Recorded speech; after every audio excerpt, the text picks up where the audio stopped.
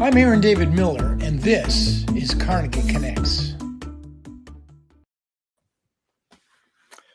Good morning, good afternoon, good evening. I hope you're all well, wherever you are in this world of ours. I'm Aaron David Miller, a senior fellow at the Carnegie Endowment for International Peace, and welcome to Carnegie Connects, a series of conversations on issues of critical importance to America and to the world. Today, I'm truly pleased to welcome to the program Michael Kofman, who's the Research Program Director in Russian Studies at the Center for Naval Analysis. For anyone who's been following Russia's invasion of Ukraine, it's highly likely you've encountered Michael somewhere in the last year plus, in print, podcast, or on the air. He's a former colleague of mine at the Woodrow Wilson International Center for Scholars, and for my money, frankly, is one of the finest analysts of the Russian military anywhere in the world. Michael, Mike, welcome to Carnegie Connects. Yeah, thanks for having me on your program. I know war is unpredictable, but I suspect it's safe to say as we enter the second year of the Ukraine conflict that we're in for a conflict of some duration. I saw the other day that Paul Post of the University of Chicago, who studies these matters, noted that since 1815, the median duration of wars has been just over 3 months. We're now triple that in number and then some. And by the looks of things, it seems to me, since no side apparently can impose its will on the other in total victory, that sanctions haven't diminished Putin's capacity or desire to wage war. And Ukraine's military, backed up by the finest arsenal in the world, the US military, Putin isn't going to stop fighting, neither are the Ukrainians. And right now, there's virtually no chance of any diplomatic pathway. I mentioned to you earlier before we got on air that the Belfair Russia-Ukraine Task Force, in its first year report card, saw the net change in territorial control since mid-November favoring Russia by just 75 square miles. Whether that's true or not, seems to me it suggests a long conflict. You've just returned from a fascinating trip to Ukraine, where you were largely in the Donbass. I wonder if I could ask you to start with just your overall impressions from the battlefield. Sure, thanks, Aaron. So if I could summarize it, I think that since November, the war has been in somewhat of a transitional period. A lot of the fighting has been positional and very much based around attritional warfare. That said, in late January, Russian military began a winter offensive. That offensive in practice is around 5 or 6 different operations, all of which together amount to an offensive. And overall, this offensive has been underwhelming. The Russian military had been very vulnerable heading into the winter, and it leveraged mobilization, having taken around 300,000 additional personnel from across the country to try to stabilize the force. But it's not in a condition to conduct major offensive operations, at least not very well and not particularly successfully. That said, the battles really vary depending on where you go, and that's the challenge in this war.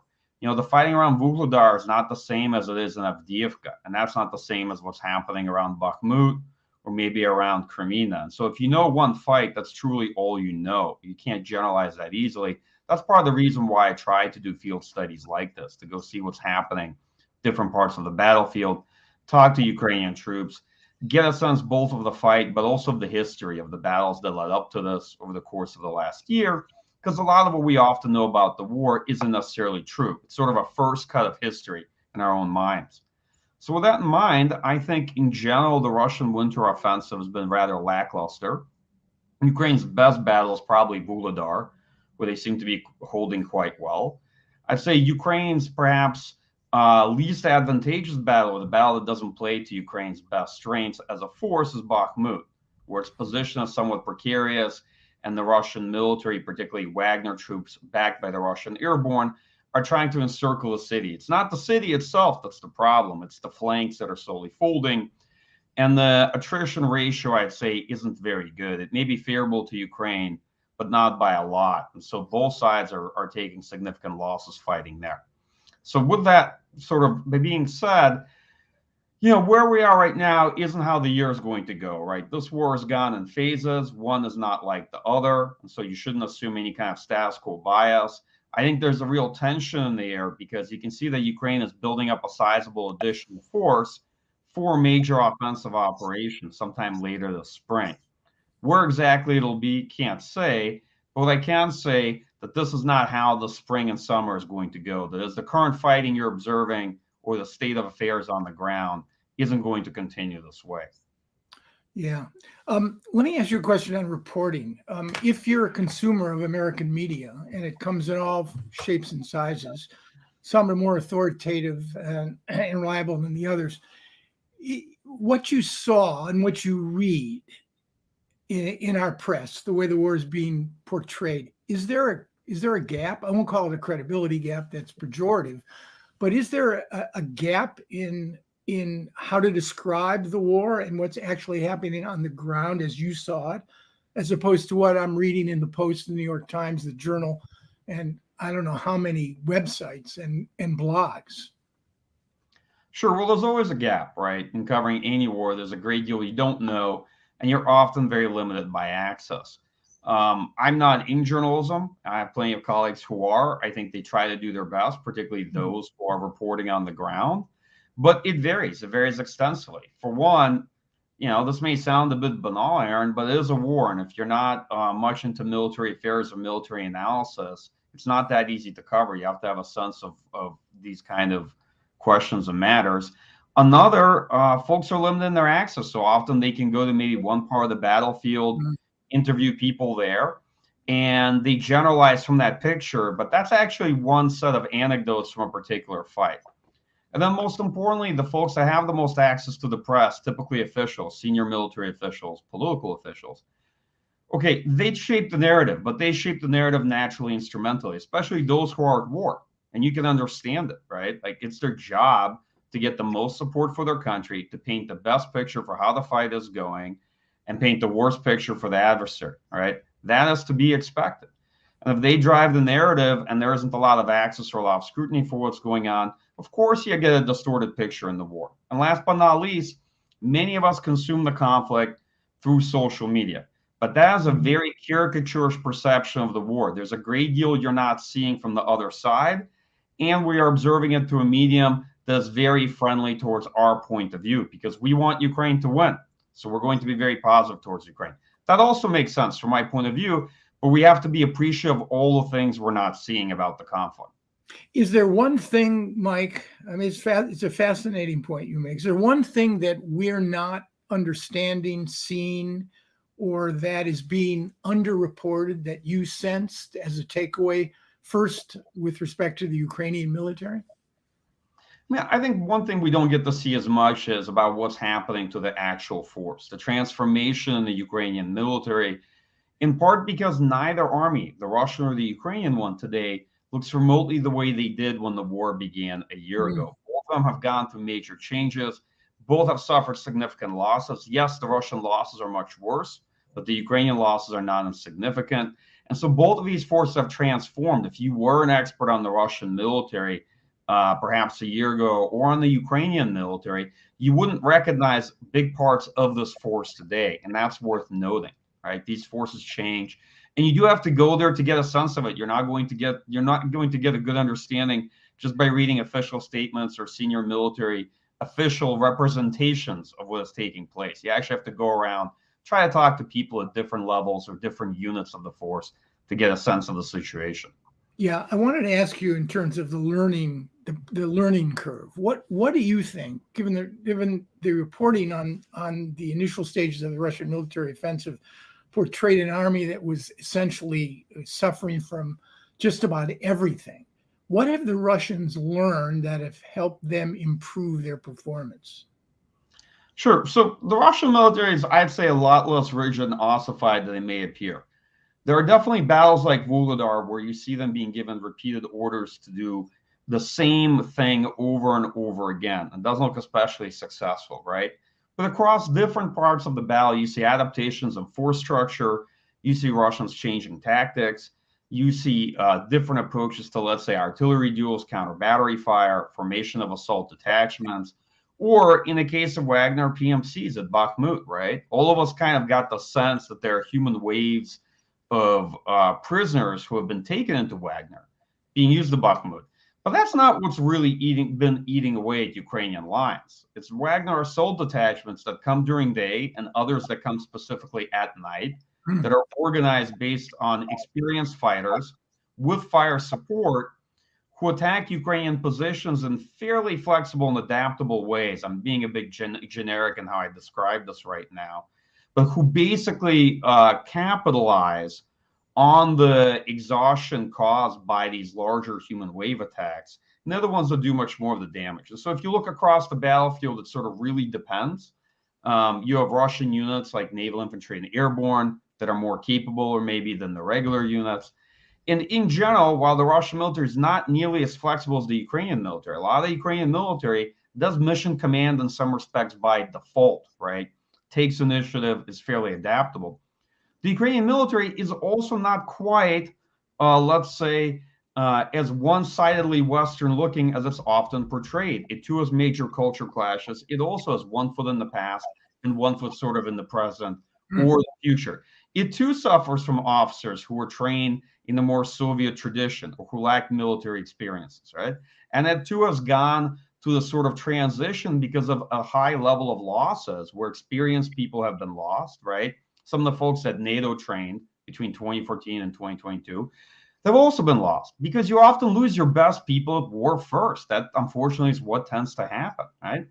And then you eventually get a force that's a variegated mix. Old reserve officers come back, newly mobilized personnel who have only known civilian life are intermixing or interspersed with those who have prior combat experience. Fascinating. You raised Bakhmut a couple times, and again, back to the American media, it's focused heavily in recent days. Unpack for us, if you could, Bakhmut. I mean, a town initially of 70,000, now reduced to rubble, according to some estimates. What is the importance of Bakhmut as a symbol and as a practical reality on the battlefield? Sure. I know there's been a lot of focus on Bakhmut. Unfortunately, I think probably to the detriment of some of the other battles that are taking place, but it is perhaps the most significant battle from a political standpoint. I think Bakhmut's become politically symbolic. This battle's been ongoing since July. However, after the Russian withdrawal from Kherson, you saw Russian military deploy forces to Bakhmut and the Ukrainian military as well. And so the fighting there really intensified, and I think a lot of the attention zoomed in on this particular battle. Ukrainian leadership has chosen to make Bakhmut politically symbolic. And I understand that for two reasons. First, military strategy at the end of the day is political in nature, right? It links operations to political objectives.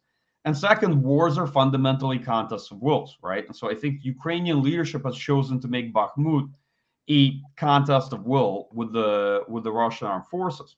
Okay, that being said, my personal impression, there's just only one analyst view, is that Bakhmut was a fairly advantageous battle up to a point, but all strategies can reach diminishing returns. And in the past couple of months, especially after losing the northern town of Soledar, the Ukrainian position there has become more precarious. And I think they're looking to hold on to it. I suspect they're going to try to hold on to Bakhmut until Ukraine is able to launch its own major counteroffensive. But the situation there is quite difficult. The city's not been reduced to rubble. Ukraine still controls a large part of the western side of the city with high rises and what have you. And there are some people still living there, believe it or not. I was there myself, and I ran into them, and I found the situation surreal.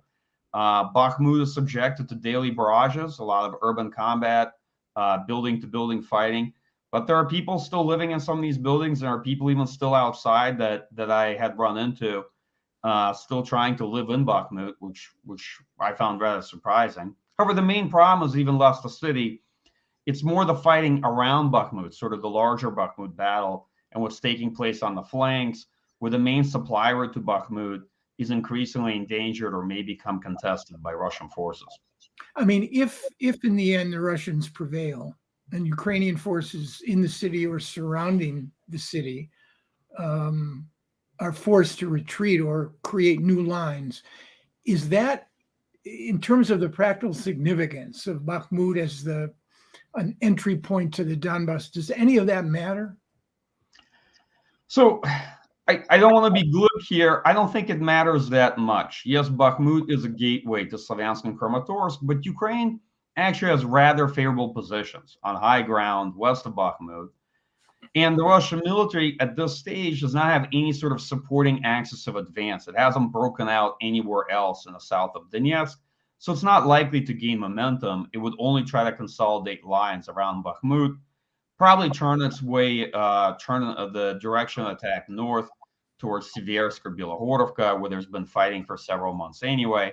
But the short point here is that I don't think any strategic calamity will necessarily befall the Ukrainian position if they are forced to withdraw from Bakhmut. You know, you mentioned that, and I think it's something that forces you to think about how dynamic conflicts and war can be, that the various phases of the war don't necessarily look like previous phases, and the one we're in now could change. So before we get to my question on what the Ukrainian spring offensive is likely to look like, can you imagine, and maybe this is simply too speculative a question, can you imagine moving out of this attritional phase of the war into a more dynamic phase sometime in 2023, where in fact one side or the other succeeds in creating sufficient momentum that would effectively change the way the momentum of the war is playing out? So the first answer to that is yes, most definitely. I think we'll see a major offensive operation by the Ukrainian military in the coming months. I don't know necessarily how it will play out. I think that folks overly assume that they're going to see one offensive, and that offensive will either fail or succeed in a matter of days. But that's not a very practical way to look at it. I think what's likely going to happen is you're going to see a series of attacks or offensives, and it's going to be something a bit like the Ukrainian operation in Kherson, where it was initial offensive. It then largely stalled out. Then there was a renewed effort, and over time, Ukrainian forces pressed the Russian military out of that foothold. Now, I don't necessarily know where it's going to be, but I think what you're likely going to see is several months of operations rather than one operation playing out over the course of a single day. There's my own personal impression of it. I think either way, you will see a change in momentum in this war. However, whether or not the Ukrainian military can break through Russian lines at one or several points, that very much remains in question. I'm not going to try to predict that future. There's no way of knowing. What I can say is that the challenge, the task, right, is on one side made more difficult by the fact that the Russian military has fairly high density of forces and entrenched lines. But on the other side is made easier by the Russian offensive this winter, because the Russian military chose to exhaust a degree of manpower and ammunition that they had in what I think was an offensive with low prospects for success. They've essentially set up Ukraine as best they could for this operation. I just don't know what can come of it. You had a fascinating tweet last month, February, right, in which you argued that Kyiv, if I'm quoting you directly, doesn't believe time, and time could either be an ally or an adversary in either side's calculations. That Kyiv doesn't believe time is on its side. One, it's wary of Russia's entrenchment and the war weariness of his own allies. We'll get to that in a sec. And even though much of NATO's promised assistance won't arrive, I think you said, in time for the counteroffensive, that Ukraine knows that it's coming, therefore it's somehow advantaged as it looks into 2023. Is that a fair assessment? I mean, is Ukraine in a hurry to do something big or significant? So in short, I'd say yes. And the reason for that is that the longer Ukrainian forces wait, the sort of attritional phase goes on, the greater the risk that folks begin to assume that we're in a stalemate. And many people have been proclaiming a stalemate throughout this war, almost no matter what phase we've been in. Right. And political will begins to wander. I think that's one concern Ukrainians have. The second concern is a very practical military concern, which is the more time that is spent, the more time Russian forces have to entrench, to build up defensive lines, and the harder it will all be, right? So from a purely military standpoint, if you're looking at the question of relative advantage, at what point does Ukraine have the greatest window of opportunity to liberate more territory? I think the short answer is it is when Western equipment comes in sufficient quantity along with an additional force that Ukraine is able to build up, which is taking place right now, and they are able to conduct an offensive operation, putting together this manpower and Western capability at a time when Russian forces are relatively weaker. And the longer you wait to do it, the harder it will be, and the weaker the relative advantage. Meaning, yes, you'll be able to say the Ukrainian forces have advantages in morale, in this and that and the other, but it may not be sufficient for what they are trying to achieve, right? It's not just about having advantages. It's about having an advantage that can be decisively leveraged towards achieving your objectives. Do you think they now have the equipment they need? And I know you don't want to talk about this, but I'm going to ask you anyway. Do they have the stuff, call it stuff, they need in order to mount a significant counteroffensive to an offensive that you described as lackluster on the Russian part of the Russians at best? So that's within the next several months, presumably. Do they have what they need? So I think that they have some of the stuff, as you called it, that they need. I think that they are putting it together. They are assembling 3 army corps, and these are sizable formations composed of multiple brigades. I think they are getting together both the personnel and the equipment they need, and they hope that the West, namely the United States, will provide them with sufficient artillery ammunition for the offensive, because the Ukrainian military is first and foremost an artillery army and how it conducts both offensive and defensive operations. And right now it's rationing artillery. There's a real shortage felt on the front, both on the Ukrainian side and on the Russian side, actually. I think the challenge that Ukraine ultimately has is probably not stuff. We in the West, particularly in U.S. defense establishment, always focus on stuff because, you know, we are a capabilities-driven, technology fetishist defense community, right? So for us, the stuff is kind of usually number one. I think the real challenge on the Ukrainian side is force quality, right? They have the motivation. I think they want it. And they are going to get the material to the best extent that we can supply it on this timeline. Some of it will be there in time for the offensive. Some of it won't. It all depends on when they choose to go, right? Aaron, neither I nor you know what that date might be. I think the bigger challenge is working with force quality and the fact that many of the people now in the Ukrainian military have been mobilized, and not just mobilized having had prior service, but mobilized as in they were civilians before, having no knowledge of military matters at all. And so the force becomes relatively uneven. And so you can have some expectations of that force, but you have to be cautious not to overly freight them with assumptions that they're going to be able to conduct offensive combined arms operations just because you gave them the stuff and they have had some limited amount of training. Right. All right. So again, I know you don't want to talk about it, so let's dispense with it very quickly. Sure. Tanks and F-16s. What is the difference between stuff that is vital, that is stuff you have to have, as opposed to discretionary stuff that you would like to have, right?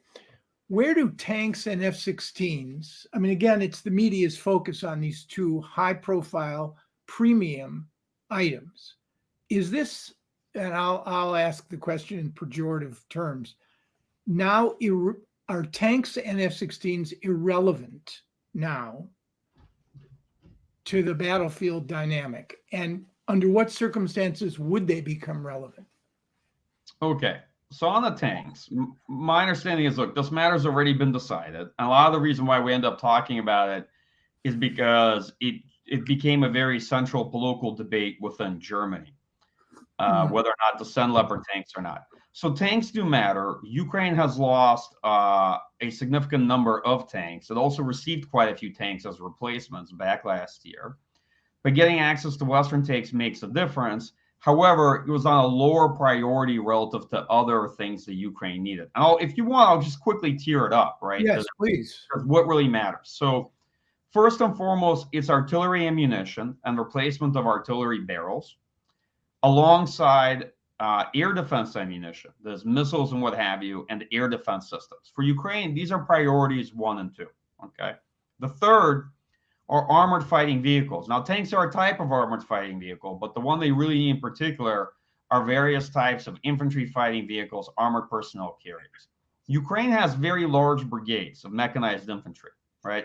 But to be mechanized, they actually need to be riding on something. Otherwise, Ukraine has a lot of manpower, not a lot of mobility. That might work for defense and depth strategy, and that might work for holding Bakmut, but it's not going to work if you want to go on the offensive. You actually need mobility. You need protected mobility, and ideally you want it to be mechanized. Last but not least, yes, tanks are a factor, and Ukraine needs tanks, and Ukraine needed tanks to replace the ones it lost, because even though they captured quite a few Russian tanks. In fact, on my way out of Bakmut, I passed a reinforcing tank platoon coming in from the Ukrainian side, which was entirely made up of Russian T-80s that they had captured from First Guards Tank Army at Izum. And they were very easily identifiable. As you could see, an entire unit composed of nothing but captured Russian tanks. They don't have the parts to keep a lot of these running, right? So they may, on paper, you may capture a lot of vehicles, but you don't have the engines, you don't have the transmissions, you don't have the parts you need to keep them going. So Western tanks make a difference. But the conversation overly centered on tanks, as though the war is going to be decided by whether or not Ukraine has X number of Western tanks. And that's simply not the case. What it doesn't touch are important things like force quality, training, expanding that, scaling it up, and dealing with the real challenge in the Ukrainian force. Things like communication systems, things like distribution of intelligence surveillance assets and intelligence, a lot of other things that have been very significant in this war, but are less spoken of.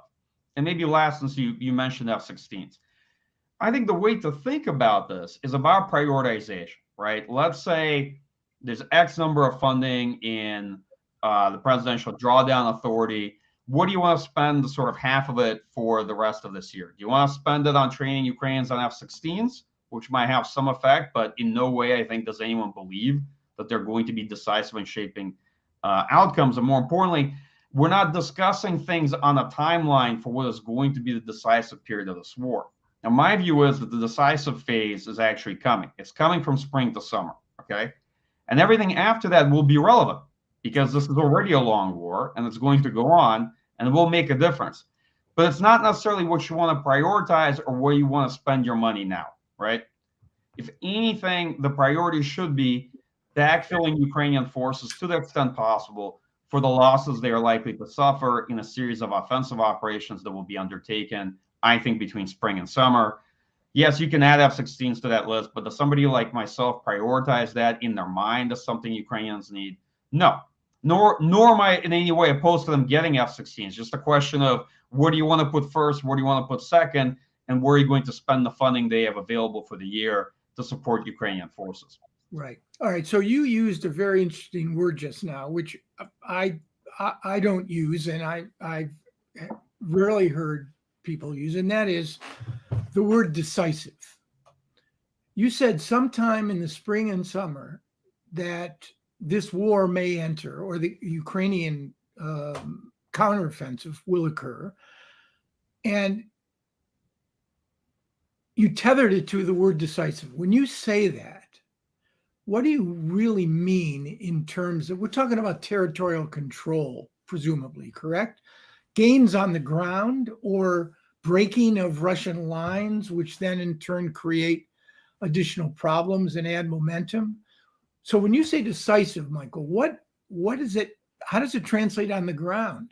Could you actually see a situation where there's a Ukrainian counteroffensive that causes a significant break in Russian forces or in Russian control of X percentage of the Donbass? Sure. So look, in these conversations, we often have a bit of kind of decisiveness sophistry, which is what part of the war isn't decisive, right? To some extent, they all are. But realistically, if we look at where the war is right now, what happens in the Battle of Bakmut, from my point of view, isn't going to decide much of anything in this war, to be perfectly frank. However, the next Ukrainian offensive, if that is an operation that is able to sever, right, Russian ground lines of communications, the main corridor across the south, for example, between Russian forces in Crimea and those in the Donbass, it's not just about taking territory, Aaron. It's that it could have significant effects on the Russian ability to sustain the war. And it could be an operation that actually, to some extent, causes a loss of control and cohesion. A little bit of what you saw in Kharkiv, although I wouldn't be that optimistic about its outcome, right?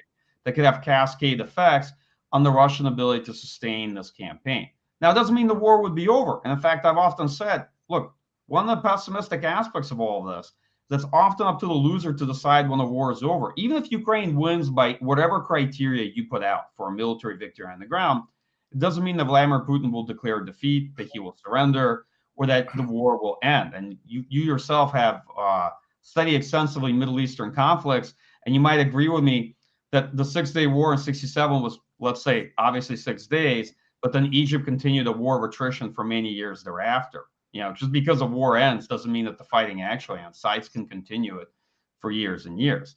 That said, I think in the coming months, we are likely to see the best intersection of Western material assistance, right? There's the most capability, the most ammunition, the greatest assistance that the West can provide, put together with Ukrainian will and motivation, and the prospect for an offensive operation that could inflict significant changes on the trajectory of the conflict. And that's why I say the words decisive, right? Understanding that, you know, yes, this is a hard test to pass in terms of characterizing any phase of the war. And it's much easier to write this history looking backwards than it is to write it while you're living through it. It's a great answer. And, you know, in the Middle East context, not only did 67 lead to a war of attrition in 1970 along the Canal Zone, it ultimately led to a much bloodier conflict in October of 1973, not to mention the U.S. victory over Saddam Hussein in Iraq. I mean, Nasser and Saddam were both roundly defeated, humiliated, and yet it was not decisive politically. And I think the notion that military victory ends conflict, I think is something people need to seriously consider. Someone said that in addition to the will to fight, you have the will to fund. Now, you've referred to this. A friend of mine, Will Embry, a former Foreign Service officer, said that quantity has a quality all of its own. Sheer mass, sheer quantity. So doesn't this really come down to the issue of which side can put up the most stuff, arms, ammunition, sophisticated weaponry, and people for the longest period of time in a 600-mile front?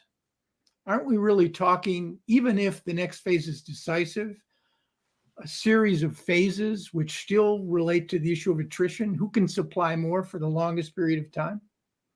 Sure. And I think your friend probably borrowed that line from Stalin regarding quantity having quality of its own. What I would say is that large-scale conventional wars like this, beyond initial operation, very often come down to wars of attrition. And it's about reconstituting the force, managing the question of manpower, material, and ammunition. They're incredibly taxing. And the side that's better able to reconstitute its military, that's better able to conduct national mobilization, defense industrial mobilization, is a side that over time can begin to impose significant dilemmas on their opponent, right? Because then their opponent begins to suffer from shortages of ammunition. Their force quality declines. They're able to get personnel, but the quality deteriorates because you can't replace officers and leaders that easily. You can't replace experienced people that easily. And the quality of the equipment of what they have available in the force declines over time. So we're very much in that phase of the war, right? And that's why I said it's a bit decisive, because we're looking at an intersection where, you know, both sides have focused on force reconstitution over the last 4 months. It may look like a grinding fight, and it is, but behind the scenes, both sides have been focusing on force reconstitution. The Russian military via mobilization, and they may mobilize again. In fact, I would say it's a safer bet that Russia will conduct another wave of mobilization later this year rather than not. The Ukrainian military, looking to rebuild its forces, expand the force structure, get additional equipment from the United States, from other countries, to put itself in a position to go back to an offensive footing. Because there's no alternative, Aaron. The alternative is that neither side has a relative advantage, right? And the line of control approximates something that you see now. Sure, Right. towns change hands, some territory changes hands, but ultimately it's not decisive towards either side achieving its political objective. So I think Ukraine's best prospects are actually are this year. And yeah, I take your point. I've actually been banging on that drum probably for over a year straight, that this war very much comes down to attrition. And it's about quantity of ammunition and quantity of material. So when folks would ask me about tanks, I would explain to them, look, it's a numbers game. It doesn't matter what the tank is. It doesn't matter how cool you think this particular Western tank is. It actually makes very little difference, even though you think that in tactical engagements, this advantage will aggregate. The truth is, it may or may not, but it's all about numbers and getting Ukraine the numbers and taking advantage of its potential as a force while it has it. This is I guess a political military question, but you raised it, you and Andrea Kendall, you raised it in an article you did for Foreign Affairs not long ago when you made the point about Russian resilience. And you warned essentially against complacence, that a loss of Russia's influence and power should make us very wary of a, quote, chastened Russia. I mean, it's the world's largest country, 9th or 10th largest economy in the world with 4,500 plus nuclear warheads. Russia is going to remain a serious problem, regardless of how the military phase of this war ends one way or another. You then quote, or the two of you say that Russia is never as strong or as weak as it looks. Is that a fair assessment of, I'm not asking you to divine the future, but. Sure. Well, so I appreciate that quote. It's often attributed either to Bismarck or Metternich or various historical leaders. I'd say this, that the way I look at Russia is, first and foremost, Russia goes through cycles of resurgence, stagnation, and decline. It typically defies secular trends as one of the few things that make it distinct from other powers. The second is, I think folks like myself and Andrea are very wary that because Russia is suffering a strategic defeat in Ukraine, it naturally will be undergoing some period of decline, maybe prolonged, maybe less so. It will take quite some time to rebuild its military. It will be slowly kind of excommunicated from the global economy. The sort of pressure of sanctions will not break the Russian economy, right? But they'll make it more autarkic and what have you. The people will write Russia off because that's what they do. And Aaron, you've been around this town long enough. You can easily pull up articles from 1990s and early 2000s explaining how Russia's dead, it's gone, we don't have to worry about it anymore. 20 years ago is actually a litany of these things, right? Mm-hmm. Of course, I worry that, hey, I've spent the better part of the past decade trying to explain that Russia's not 12 feet tall. I'm going to be spending the next decade explaining that they're not 4 feet tall either, right? Because we tend not to do nuance very well. And that's the thrust of the article, that the threat from Russia will change. But ultimately, you will still have a major power in Europe that is not a stakeholder in European security architecture, that is an embittered revisionist state. You'll still have a country with a sizable nuclear arsenal, with a sizable role in international politics, that we're not going to be able to isolate very well, despite our best efforts, because Russia's not North Korea and it's not Iran, all right? And that this will be a challenge. It'll be a different challenge. Not, of course, arguing that it'll be a greater challenge than it was. I don't think that's a fair argument. But I think it will be a rather different challenge to manage, and to basically chasten folks who think that after this Russia's done, they can just focus entirely on China, and they can engage in a sort of magical thinking that Europeans are capable of managing the security threat in their own theater, and that the United States can basically prioritize, or not say prioritize, but focus exclusively on the Indo-Pacific. Yeah, I mean, I think you made the point in something you had written, because I'm very much taken by the issue of European dependency, that none of our European allies would ever have been able to tolerate the losses on the battlefield that either Ukraine and Russia have suffered. I want to ask you, you probably don't want to talk about this either, the issue of escalation, because it's predictive. You do write, however, that the Russian military is more geared or comfortable with the notion of the limited use of nuclear weapons in comparison with our military. And I think you say that if faced with, quote, the kind of defeat that could threaten the regime or the state, Putin might well consider using tactical nuclear weapons. I wonder, I know where many of the Carnegie Russia analysts, many of whom are Russian, stand on this issue.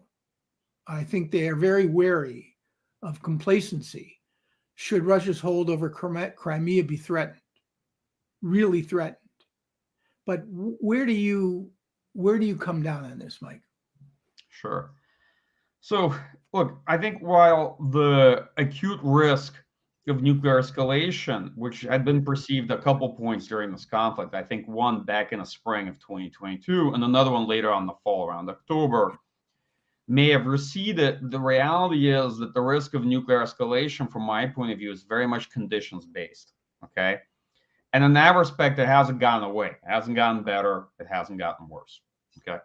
And the way I look at it is that if there is any likelihood that if we can predict something like a point during which Russian leadership would consider the use of nuclear weapons, it would be a military outcome, that is, a series of events by which they lose effective cohesion, command, and control of the Russian military in Ukraine, right? Something like a cascade collapse. Not a single operational defeat, or let's say a Ukrainian offensive that forces the Russian military to withdraw, as we saw in Kherson, where they were able to withdraw in good order with much of their equipment, right? But a real catastrophic military event. And I'm not really actually that focused on Crimea, because I think that the Russian leadership is unlikely to wait for Ukrainian forces to sort of take all the south and pull up to Crimea. Or if they are, that's in many respects a positive outcome, because it means the local leaders have time to deliberate, to decide what to do, and consider their options. To me, the more dangerous scenario is if the Russian military is really collapsing and Russian leaders are forced to make decisions under pressure, right, from a bounded rationality standpoint, where they have limited time to decide what to do, limited information, and the military is presenting that the only viable alternative is use of tactical nuclear weapons. And there, look, we all have our own view of Vladimir Putin. He, at the end of the day, is the main person that decides what's going to happen. And I don't live in his head, and I don't want to live in his head. So I can't make predictions on that score. I don't know. What I will say is that on that is it's important not to make up alibis, such as, oh, maybe Russian nuclear weapons won't work, so we don't have to worry about them. No, I think they'll work. Or maybe Russian military won't carry out those orders. They carried out the orders to invade Ukraine and to bomb and destroy cities and to attack the civilian population. You look into Gerasimov's eyes and you tell me that you don't think he'll carry out an order to use tactical nuclear weapons. All right. I would not bet too much on that. And then the last but not least part, I won't get into details of nuclear employment, but one of the challenges is that if you're going to cross that threshold and you're going to assume the cost in the program of nuclear use, right? So break the so-called nuclear taboo, the way a lot of Western colleagues like to talk about it. The costs really scale with use of one nuclear weapons, along if you use 20 or 30. Because once you use one nuclear weapon, using more nuclear weapons, the costs don't substantially increase from that point of view, or at least they're not perceived to. And that's one of the worrisome aspects of it. So without going too far down this sort of dark rabbit hole, all I would say is that I don't think the risk is exceedingly high, but I also don't think it can be waved away or wished away, or that we should imagine that this conflict isn't playing out under the sort of nuclear shadow of the potential for nuclear escalation. Right. We're almost at the end of the 45 minutes. I have one final question for you. We could talk for another hour, Mike, about the U.S. role in all this. But one question I'm asking you to put on your hat as a Russian watcher. I interviewed Victoria Nuland not long ago on this program, and she said, and Tony Blinken, Jake Sullivan have also said it, that the main objective of the United States appears to be to support Ukraine so that they can, quote, tilt the battlefield in its favor. That's the second piece of the logic chain. leading to the third piece of the logic chain, which is that because of the tilt in the battlefield against Vladimir Putin, that Putin's calculations will then be, or hopefully they will be, in their view, to realize that the war can't go on and that he needs to come to the proverbial negotiating table. I mean, that as far as if a military campaign is designed to serve political objectives, that seems to be the American interim objective, is to make the costs to the Russians on the battlefield too high for the Russians to bear so that the Russians won't collapse or capitulate. But we'll see that the only course available is a negotiation. Does that, it's a logic chain of sorts. What do you make of that? Well, Aaron, I appreciate the opportunity from you to rate Tori Newland's thinking on this webinar. However, if I can answer the part of the question that I like, I would prefer to take first the question of whether it's cause-driven. I don't think it's so much cause-driven. I think it's driven first by conveying to Russian leadership that ultimately they'll not be able to achieve their political objectives via use of force, because I think Putin still holds on to the idea that Russia will prevail, that they'll be able to grind down the Ukrainian military, that Western support will fail either for political reasons or for material reasons. And the reason Putin holds on to this idea is because he's the leader of a great power, and leaders tend to assume in those contexts that they have a huge amount of latent power in their country, and that's simply a matter of will, right? A contest of wills. The problem for them is that actually great powers and superpowers lose wars all the time. And it's not just a matter of will. In fact, Russia's lost many wars in its history, and it's already in many respects lost this one, or it's going to be very hard for it to turn this into anything other than a strategic defeat, right? And so often they take the historical analogies they like. Putin likes the Great Patriotic War. He has kind of a fantasy that this is like World War II, and Russian forces will be able to overcome the Ukrainian military, but of course it's not like that. All right, where I'm driving this conversation. I think objective one is to convince Russian political leadership that this isn't the case. They're not going to be able to overcome the situation, and they're not going to be able to achieve their objectives, right? And I convince them of the second point, which is actually the longer this war goes on, the more likely are they to lose in a way that impinges on the stability of the regime, right? And they're likely to lose more over time, in a sense that not only could they stand to lose in Ukraine, but the consequences for Russia get worse and worse, right? And so, yes, part of it is going to be cost-driven, but I don't even think that that's actually the main priority. The big challenge you have is that strategic defeat for Russia is not the same as victory for Ukraine. They're interrelated but distinct objectives. I know folks around this town that think strategic defeat for Russia has already been achieved. Yep. And that the main question being worked right now is victory for Ukraine. That may or may not be true, but victory for Ukraine is the real challenging objective that, or at least the main challenge that that's being pursued right now. And there's also the secondary goal, which is escalation management throughout. And we touched on that in the previous conversation on the last question. So I hope, without refereeing what you asked me to weigh in on, I hope at least I provided my views on the subject. You did, and I want to thank you. I have to say, Mike, your authority and expertise on this is really quite remarkable. I mean, it's been an incredibly valuable 45 minutes for me, and C-SPAN is covering this, so a lot of other folks will have the pleasure and gain the benefit from hearing you. I hope maybe a year from now, maybe we won't be talking about the Ukraine war anymore, but if we are, maybe you'll come back. And I want to thank you very much for participating. One final note, March 23rd, we will be having a program with two former national security advisors, Steve Hadley and Tom Donilon, to talk about not a Republican and a Democratic view of foreign policy, but the challenges that America faces, both at home and abroad, in the coming years. So, Mike, let me thank you again. And to all Carnegie Next listeners and viewers. Until next time, be well. Take care. Thanks a lot.